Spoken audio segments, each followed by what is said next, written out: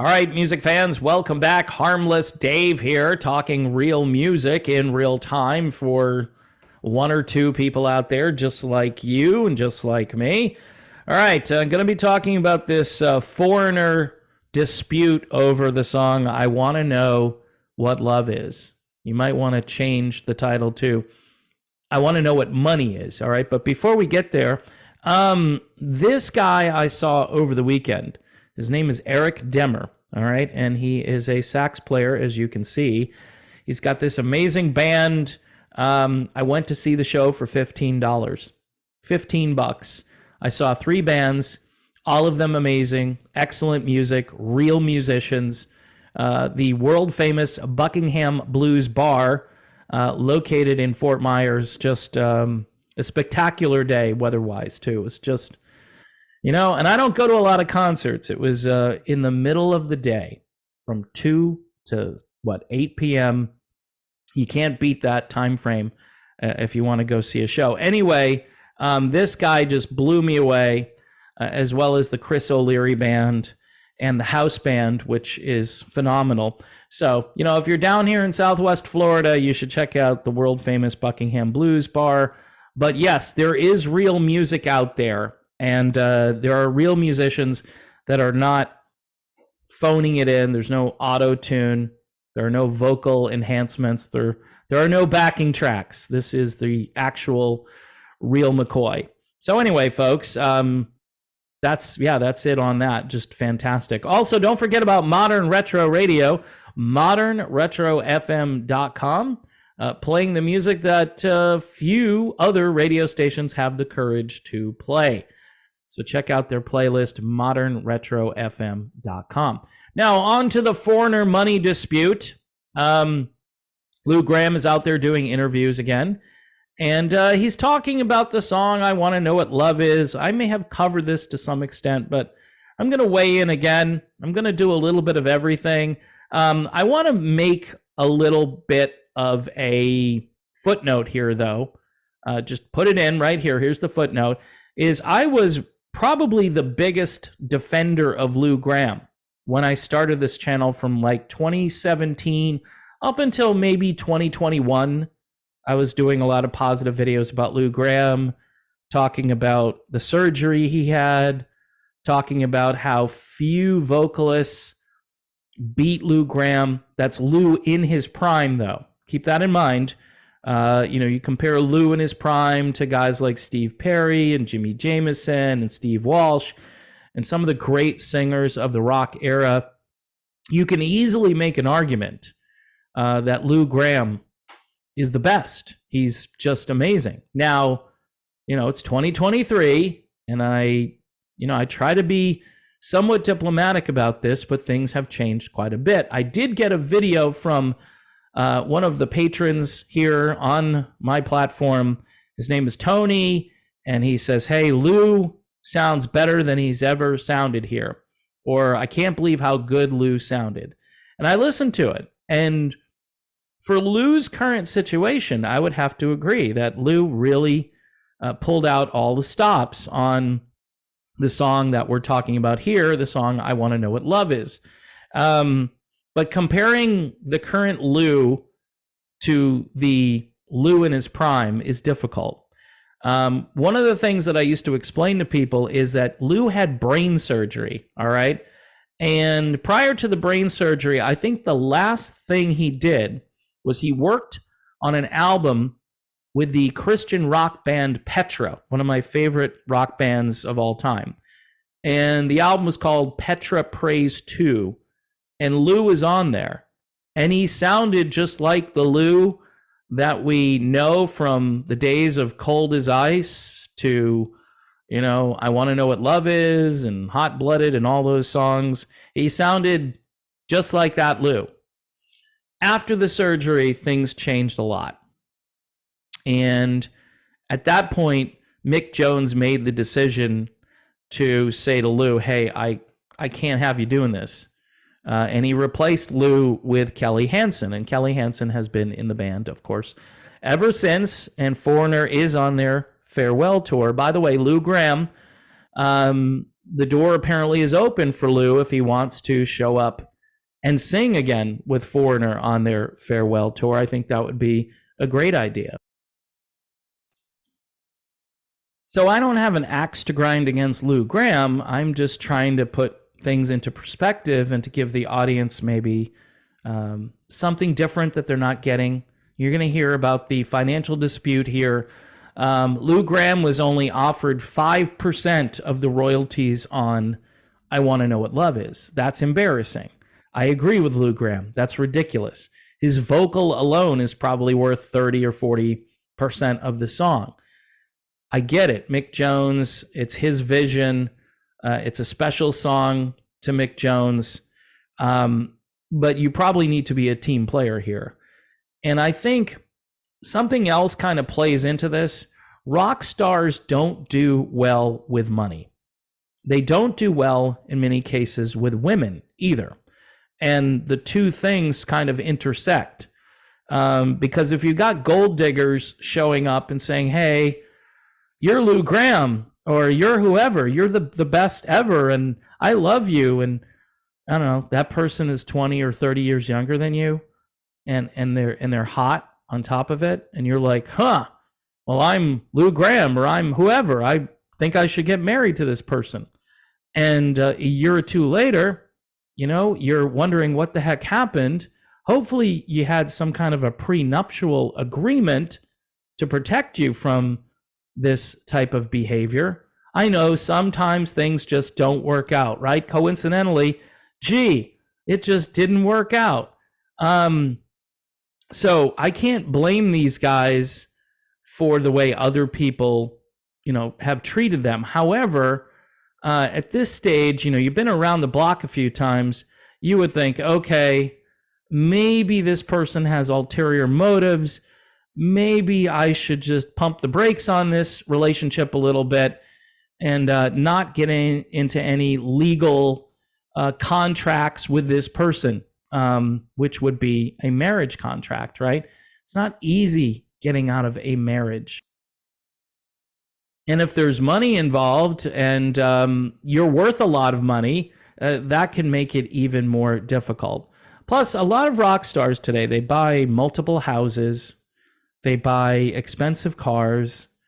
I mean, I drive a 2011 Buick, right? I'm happy with it. It's got Sirius XM radio in there. I'm a happy camper. I get in my car, I drive around, and what else do you need? The car runs and drives, but these guys, they have sports cars, they got luxury cars, and they don't necessarily get, the used car. You know what I'm saying? They're out there buying right off the lot, brand new, probably paying cash. I don't know if it helps them as far as getting a better deal. Maybe it does, but I don't know. As soon as you drive off the lot, you probably lost $10,000 or whatever, but that's another subject altogether. So to summarize, these guys, they don't do financial planning. So many of them are still out on the road because they didn't do financial planning. They can't sell albums anymore, so it doesn't make sense to go into the studio to record. So Lou Gramm here is making a point, hey, if I had gotten like 50% of this song or 40 or 30, maybe I wouldn't still be out here on the road, because it is an axe to grind. If somebody cheated you, and I do believe Mick Jones did not act in good faith here. 95-5, Lou gets 5. Lou gets 5 for like punching the clock and showing up. After that, the numbers keep going up. Did he sing on the track? Yeah, 5. Did he help with the arrangements? Yeah, another 5. Did he come up with any ideas during the recording session? Another 5. So you're up to at least 20, right? Without really getting into the details of things. And I think it's just ridiculous. Mick Jones obviously knew he had a big hit. What was it? Robert Plant told him, if you write another one of those, can you send it over to me? That's how impactful that song was to the world in general. If Robert Plant is telling you, please write one of those for me, I'm thinking that it's probably a one-of-a-kind song. It hasn't been duplicated. Foreigner, they tried a few more times to see if lightning would strike again, but everything, the gospel singers, was it New Jersey Mass Choir, and Lou is the reason that song. I mean, Mick Jones can't sing like that, so you got to have Lou Gramm. I mean, he is the reason that song is a monster. So it would have been fair and decent and right for Mick Jones to write down on the piece of paper, hey, 30%, Lou, I did all of the writing. This is kind of a personal song for me, but you worked with me and made this song even better than it would have been if someone else was singing this. One thing I think is true about Mick Jones is I don't know if he fully appreciated Lou Gramm. I know he did a lot of coaching with Lou, from what I understand. And I don't know how much coaching a guy like Lou Gramm needs. He's just this incredible singer. As soon as he opens his mouth, you're like, yeah, that's what a rock singer is supposed to sound like, at least back in his prime. And even today, I mean, he's okay. But when I do my A-B comparisons, I'm like, Lou, you set the bar too high for yourself. Same thing with Steve Perry and anyone else who's still out there trying to be their old selves.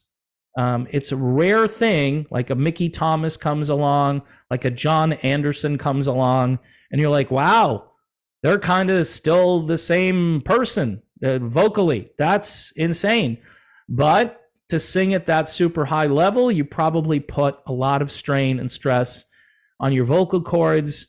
Lou had the surgery, and so he's got a really good excuse. You know, I had brain surgery. I didn't know if I was going to live through the surgery. He should tell that story more so people understand what happened. So in any event, I agree with Lou Gramm. He should have gotten way more than 5%. And I don't know. Lou is out there really dumping on Mick. I hope Mick is okay as far as his health is concerned. He's not at the shows. I haven't heard anybody tell me that Mick Jones has showed up for any of this Foreigner farewell stuff. Maybe he has, and it's so brief that people just forget about talking about it. But you would think there'd be a lot of footage of Mick Jones out there. You know, Lou has put out a rumor that his health isn't all that good, and that might be the case. So pray for Mick Jones that he's okay out there, and maybe he should just announce his retirement and just say, hey, the boys are going to continue without me until the end of the farewell tour. I think that would go a long way to just let people know what to expect at a Foreigner concert. Because right now what they're expecting is there might be a chance that they could see Mick Jones out there. But that doesn't look like it's happening at all. So obviously, you can't turn back the contract. You can't negotiate what's already been negotiated with. You can't unmarry all these people. You can't really unbuy all of the cars and houses and things. You can't undo all the bad habits you had in the past. But I think what you can do maybe is live a more reasonable and modest lifestyle today. I think that would help. Maybe sell some stuff. You know, if you're a rock star, you might want to sell some stuff. And the other thing too is be careful who you marry. Be careful. There are two shoes that should be dropping any moment now with two guys that I cover quite a bit on this channel. And I'm shocked it hasn't happened yet. It's amazing. I believe it will happen someday, and I'll be the first one to report it and tell you about it, and just shake my head and think to myself, hey guys, maybe it's time just to like live on your own, you know, stop marrying these people, you know, but it's human nature. You want companionship, but I think the other people involved they have a long-term plan, and their long-term plan doesn't involve you. It involves their wallet. It involves their bank account. I mean, you could see it coming a mile away. She comes walking over. She's 20, 30 years younger than you. and she's blonde and she's a hottie, and you're just like, yeah. It's like the car thing. It's like, I gotta have this car. This is the latest Maserati. I gotta have this. Like, why? Why do you need to have, just as long as, hire a chauffeur, right? Would be cheaper than buying, because you're not going to go anywhere really, right? You're going to have people bring things to you. I don't know. I mean, maybe some of these guys actually go out and do their own shopping, and it's weird. It would be interesting to like hang out with one of these people for one day to see what their life is like. I'm sure they're not doing laundry like I am, and getting my son on the school bus and stuff that I do. But you know what? You could hire somebody to do all that stuff for you, and it might be cheaper. It might be cheaper in the long run. I don't know. All I know is that there's probably more to this dispute than just the credit. The money is really important at this stage in everyone's life. And these rock stars, they did not invest their money well. Most of them. There are exceptions to that rule. Jimmy Buffett did all right, but a lot of these other guys, Jimmy Buffett built an empire. Sammy Hagar, he's built an empire. I mean, brand yourself out. If you're Lou Gramm, come out with the Lou Gramm vodka or the Lou Gramm whiskey or whatever it is that you need to, Lou Gramm's, wine coolers for foreigners. I don't know. I'm kind of now just rambling stupidly, so I'm going to stop soon. Want to give this another shout out, though. This is Eric Demmer. This is a real musician with a real track record. He actually opened up for Eric Clapton in 1995. He was on tour with Clarence Gatemouth Brown. Hopefully I got that right. And Clarence was opening up for Eric Clapton, which makes sense. And the sax player was Eric Demmer. Eric, one cool cat with just a great personality and a real down-to-earth person. So, in any event, thanks for watching, folks. Don't forget about modernretrofm.com. Please support the channel. Everything, all my numbers are dropping like Joe Biden's favorability rating. Sorry, I had to throw some politics in there. So if you can help me out via Patreon, YouTube memberships, I do have a members-only video up about my concert experience on Saturday, which was incredible. Thanks for watching. God bless everyone, and please pray for peace in the Middle East and all around the world. See you soon.